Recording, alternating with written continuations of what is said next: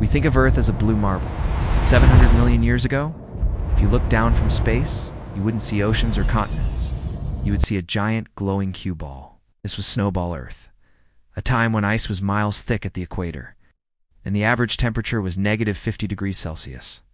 It wasn't just an ice age. It was a planetary deep freeze that lasted for millions of years. How did the Earth survive? And more importantly, how did life our ancestors manage to stay alive in a world without sun or liquid water? It started with a runaway feedback loop. Ice is a giant mirror. It reflects about 80% of the sun's heat back into space. As the planet cooled and ice moved toward the equator, it reflected even more heat, making the planet even colder. Once the ice reached a certain tipping point, there was no stopping it. The entire planet froze over in a matter of years. The oceans were sealed under a layer of ice so thick that no sunlight could reach the water below. If the thought of a frozen world gives you the chills, hit that like button. It helps our hub find more explorers like you.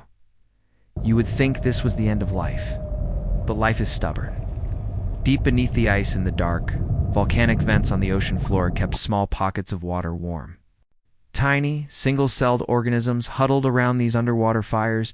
They lived on chemical energy, waiting for the world to wake up. This extreme pressure acted as a biological forge.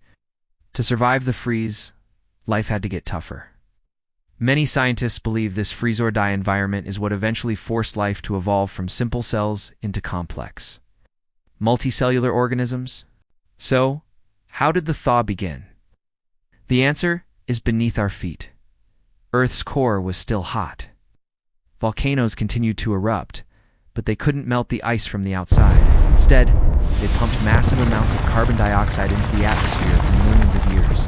Because the ice covered the oceans, there was no rain to wash that CO2 away. The greenhouse effect built up to an extreme level. Eventually, the atmosphere became so thick with heat-trapping gas that the ice finally broke. The melt was violent, rapid, and changed the chemistry of the oceans forever. We're uncovering the hidden history of our home. If you want to see what Earth looked like before humans, subscribe to Science Fact Hub and join the journey. Snowball Earth was a disaster that nearly ended the world. But without it, we might not be here. The massive influx of nutrients and oxygen that followed the melt triggered the Cambrian explosion, the greatest burst of evolution in history. We are the descendants of the survivors who outlasted a 300 million year winter.